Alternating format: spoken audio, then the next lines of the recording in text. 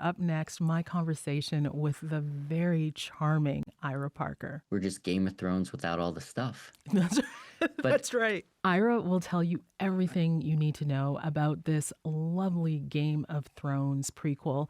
It's called A Night of the Seven Kingdoms. Check it out. So, Sir Duncan the Tall.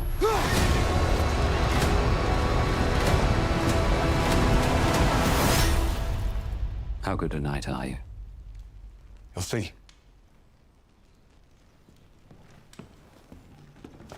It's this way. Great to have you here, Ira. Hi, nice to be here. Your start in film really started in a warehouse, your dad's warehouse, where you shot an action movie. What was the movie? Ooh, it was called The Last Sprinkled Donut, and I shot it for I think like grade 11 Comtech. Okay. Yeah, and with all of my good buddies who have been searching for a copy of this somewhere. Yeah. Apparently it exists in places, maybe on like a VHS, and people are figuring out how to digitalize it at this point. But man, we had a lot of fun doing that. We edited the whole thing on Sir Winston Churchill, my school in St. Catharines, had Premiere loaded onto their computers, and at that point it would take like we'd have to render just like one scene through the entire night in order to like have it ready for the next day to show it. And if there was an error, then you just had to go back and do it all again. And that's just the way that we were making it, and it felt very high tech, and it felt very I mean, cool to us at least. There was talk of you being part of the family business at first. Yeah, no, that's what I thought I was gonna do my whole life. I thought I was gonna go into the cleaning chemical and toilet paper business, and I was I was thrilled for it. I was hoping that I wasn't gonna be, the generation that broke Flexo products. Oh. But it was ultimately not to be. And now my brother, who's about 3 times as smart as I am, is the one who's taken over that charge. So it I don't know, made me or cleared me or definitely made me have to go do something else. Right. And this something else you're doing is pretty remarkable. I read that you first came across Game of Thrones when you were in college, the books, I mean. Tell me about how you felt when you first read those books. How did these stories resonate with you at that time? I think at that point I had always been more of a science fiction guy than a fantasy guy, even though, I was a big, like every other millennial on planet Earth, a big Potter fan. Okay. And read all the books. Yeah. Many times over. And it got to a point where, a good friend of mine had said, what the fuck are you doing? You can't read Harry Potter again. And he gave me Game of Thrones. And it was a very natural adaptation for me at that point in my life. It felt perfect. It felt exactly like what I was looking for. It felt more adult, but more complicated and interesting in a way that I had, never seen fantasy before. And look, it was a pleasure read. It was joy. It was knowing that I had to get up for 9 a.m. tutorials and still reading until 3 a.m. Wow. So you always know there you got a little something special there when that happens. Yeah, you were into it, like into it. I love it. And then Game of Thrones, the TV show, comes along, and then some other great TV that had an impact on you as a storyteller, made you look at television and the way television is made or could be in a new way. Tell me about that, about the shows that you were watching and how they kind of might have clicked something in your creative brain? After I finished up at U of T, I went out to the States, I think sort of to become anything but a writer, Mm. like an editor, a cinematographer, um, and I'm not exactly sure. I fell backwards a little bit into writing, but it maybe it was a function of what I was watching on television. It was the golden age. It was Game of Thrones had come out and shown that first of all, television had the budgets to do fantasy and to do a big spectacle well. That was always very difficult because obviously the speed at which television is produced sort of stops people from doing things that you can do in film. And that didn't seem to be the case anymore. It also changed the storytelling landscape. The fact that a major, what a lot of people would have considered lead character of a TV show uh, could be handily dispatched with Yeah. opened up a lot of possibilities. This was also the time of Breaking Bad and Mad Men and look and the golden age. I mean, I guess it was a little bit before it, but comedies like 30 Rock and Parks and Rec and The Office. It felt like maybe we've never done anything better since. Mm. And anyways, it made me inspired to write. It informed a lot of my writing personality, all of those shows mixed into one. Mm. And I'm very lucky that I've got to throw all that energy in the direction of this one TV show at the end of this journey, beginning of this journey, I don't know, middle I of this think you're in journey, the you're in the middle. midst of this Thanks. journey. You're in the midst of this Thanks, the journey. midst. Yeah, Lot that's a more to nice way to come. say that. Lot more to Yeah. come. Let's talk about that. Let's talk about A Night of the Seven Kingdoms. It's a short novella by George R.R. Martin, and it follows a knight. His name is Dunk, and he is down on his luck. Came for the tourney? Journey is a contest for knights. You a knight? I'm no farmer. Yet you've come dressed as one. Sir, I could scribe for you, and you could teach me. Every knight needs a squire, and you look like you need one more than most. What was it about this story that really was like, yeah, I want to do this? Is a very easy story to connect with. Yeah. It's a person who just wants a little bit more than what the last generation had, and I think a lot of people feel that is, you want a little bit more than what your parents did, and you want to be just a little bit better, and that's often very difficult. And a lot of people set out on that journey only to be turned back many times, to face obstacles, to face problems, to face just bad luck that doesn't allow that to happen for you.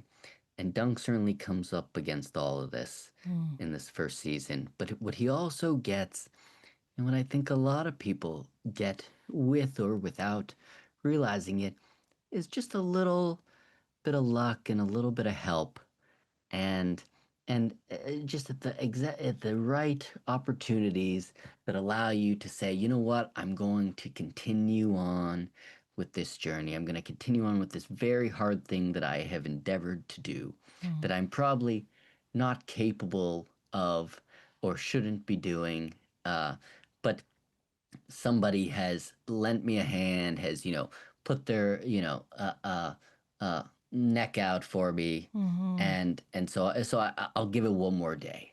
And look, certainly there's a lot of comparisons to any creative industry that you may be in, which very hard to break into. There's a very sort of high barrier to entry, but I would say it's probably the case with every single career out there. Anything that anyone endeavors to do that is not safe, that is not easy, you get turned back, you get kicked down, and it becomes very nobody would blame you for saying, you know what, I'm just gonna take my marbles and I'm gonna go home. Yeah. And this is the story of the person who just never quite gets there, who just always keeps pushing forward, just one step at a time. That's the only superpower that Dunk has, is that he just never quite can finally relent or give up. It's just one foot in front of the other, and I think that's very important. There's so much humor in it. You know, at the first episodes for sure. Once we get deeper into it, things get a little, you know. What role did humor have in all of this for you? What role did you want it to have? Now, look, first of all, I'm going to do a supercut of Game of Thrones, the original, Okay. and put together all the secretly really clever, humorous moments. And, you know, just so everybody understands that this is really not that different. Maybe our episodes are shorter and our seasons are more compact, so it feels more compact. But look, humor is what I loved about Game of Thrones. Humor is what I loved about George R. R. Martin's writing when I read those books. His dialogue was so clever, it was so witty. We don't have exactly that type of humor. Dunk is not the witty, clever type. He has a different sort of humor. He is an absurd character. He is a 7-foot tall, you know, 16, 18, 20-year-old giant that doesn't quite know where he belongs, who comes from the ass end of, you know, Westeros, you know, in Flea Bottom. What's this? It's a hedge knight, ain't it? What? It's like a knight, but sadder. We're not sad. He doesn't work in this world that we have established of knights and nobles and ladies and kings and princes and queens. He is certainly the odd man out, but he's earnest and he's guileless and he only wants good, reasonable things, and he's sort of able to change even the most cynical of minds. If we were to do 20 seasons of this show and we were to take Dunk from the beginning of his life all the way through to the very, very end, I'm not sure how much he's ever going to change. What I love about Dunk is sort of just watching how he manages to change other people. Sometimes in big ways and sometimes in very small ways, but there's always just a little bit of residue that he's leaving in this world. And I hope, maybe that's idealistic. Maybe that doesn't actually work. Maybe a person like him just gets, you know, squashed. Don't say it. No. But he's such a big guy. He's such a physical presence. He's such a different type of guileless, earnest human being that it becomes hard to ignore. Yeah. And he lives and dies by the sword. He lives and dies by his word. He lives and dies by his honor. And that's rare. You know, I forget where it's from, but it's virtue untested is no virtue at all. I've always really loved that. And that is, I think, in a compact little nutshell what season 1 is about. First of all with Dunk, and then, you know, second of all, as we will see with other characters in the show who have to decide whether they're gonna put up or just go away. Just listening to you now, I wish I was a fly on the wall when you and George started talking about these characters and this. What were the conversations like? It was very clear immediately how large of a place in George's heart this character of Dunk holds, and Egg as well. But I remember very early on in our meetings, George saying to me that he thought that the stories of Dunk and Egg were the best things that he had ever written, and that was complicated for me because obviously I came to this world with A Song of Ice and Fire, Sure. and that is the flagship, that is the main series, that is what everyone knows of his, that is the show that changed the landscape of, you know, the entire entertainment industry. For him to say that these tiny little unadapted novellas, you know, clocking in at 90 pages each against A Song of Ice and Fire's 6,000 pages were the best thing he had ever written, I maybe changed the way that I even looked at them. You know, I love these stories, and I had high hopes for what this show could be, but I also, you know, was maybe hemmed in a little by its limitations, by the fact that we didn't have the dead coming to kill mankind, that we didn't have a kid getting thrown out of a window at the end of episode 1. Sure. That there were no dragons, that there were no politics really, no, epic family wars. Uh, Essentially Game of Thrones. Like I've been joking for a long time now that we're just Game of Thrones without all the stuff. That's, But that's right. That's right. Yeah. yeah, but it is. But speaking to George about this, thank God. Thank God that those conversations happened the way they happened, because it makes you think differently. Even as involved and ingrained and as much research and work as I had done on this, just hearing hearing the author's passion for this work, it changes your own perspective. You can't help but be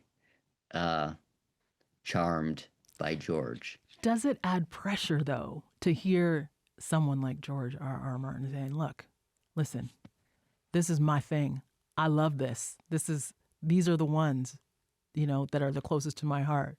Doesn't that add a little bit of pressure to you now as the showrunner and bringing this to television? Nah. No? Look, it's look. No, because the absolute truth of it is that whether or not you're working on Game of Thrones, a prequel or an adaptation of these novellas, that is going to be at least viewed once by a lot of people on planet Earth, or the tiniest little niche show on the smallest little upstart network, you still go in every day and you still just give it all of your creative fortitude and something, because you want that thing to be the best. You want that thing to be the thing that everyone recognizes. And you go onto those tiny little niche shows because you really believe in it and you want everyone to see it in the whole world. So the pressure to create something great is there, I swear to God, every single show, no matter what you do across the board. It doesn't matter how many people are ultimately going to see it. The pressure maybe, starts a little later when you start doing premieres, and all of a sudden you realize that okay, there's nothing left to do. It is out there, it is done, it is cut, and now the world gets to weigh in. But during the process, it's just like any other day. You just want to make it as good as you can possibly do. And look, I did a job. I did the best that I was energetically and intelligently capable of pushing onto this show, and it'll be what it'll be at the end of the day. I want to ask you about Better Things. This show is about a divorced mom and her daughters. And I read that you said that it isn't too far off from a show like A Night of the Seven Kingdoms. And I just wonder what you meant by that. What are the connections there? One of the things that I loved about Better Things was that watching those episodes just felt like a big hug from an old friend.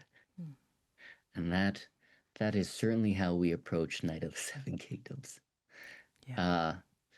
And to hear, even though that was, internally in my head, to hear other people say versions of that back to me when they watched it just means that, okay, intention has come across. We've done the thing at least that we set out to do. It gets a little bit more violent, but you know what? Better Things got plenty violent too. Sure. There's I'm not sure who has a tougher go of it. Dunk or Sam Fox raising 3 daughters by herself. It is that is a brutal, cutthroat world. And look, there's just we may not have the dead coming to kill mankind, or dragons, or epic family feuds and politics, but we do have a lot of heart. And Dunk has a lot of heart, and that's what Better Things had. I watched the show with my kid. She's a young adult, and she totally got me into it. And now it's like our place to sort of take half an hour together and get into these characters and kind of expose our own idea of anxiety. Because Dunk does have such a palpable anxiety that it makes you want to kind of share that. Like it feels like it gives a bit of permission to say, oh yeah, I'm not 7 feet and a big guy, but I feel those same pains of not fitting in, right? I'm really glad you say that because he certainly is one of Mr. R.R. Martin's most anxious POV characters, as anyone, might get from reading these little novellas. And yeah, look, the feeling like you're not good enough, I think, is probably something that no matter what level you are, no matter how successful you are, you will feel that throughout your entire life. And that's what I love so much about Dunk, is that even at the end of his life, even when he, spoiler alert, gets a very, much better, positions later on, I still think he's the same Dunk. I still think there are just new challenges facing him that he feels that he is not capable of, that he feels, not equal to. And so that feeling, that anxiety never goes away. You just get older, more experienced, you progress in your career, or you don't, and then you feel the anxieties because you haven't, because you're stagnating. No matter what, everybody just has that bit. It never goes away. Uh, and even if you're, someone like Dunk who actually enjoys a little bit of success as he goes really deep into his life, uh, I think he's still going to be the same person that we met in episode 1, burying his master, trying to figure out what the fuck he's going to do with the rest of his life. Is there a bit of Dunk in you then? That's why I love these novellas so much. That's why I think George and I were able to talk so easily about this show and what this show should be, is because I felt the connection to Dunk so easily. But I feel that's almost selfish of me, because I think Dunk belongs to more people than me, and to say like, oh, I see his journey reflected in my journey, it's unfair, because this is, I think, not only a universal journey, but a timeless journey.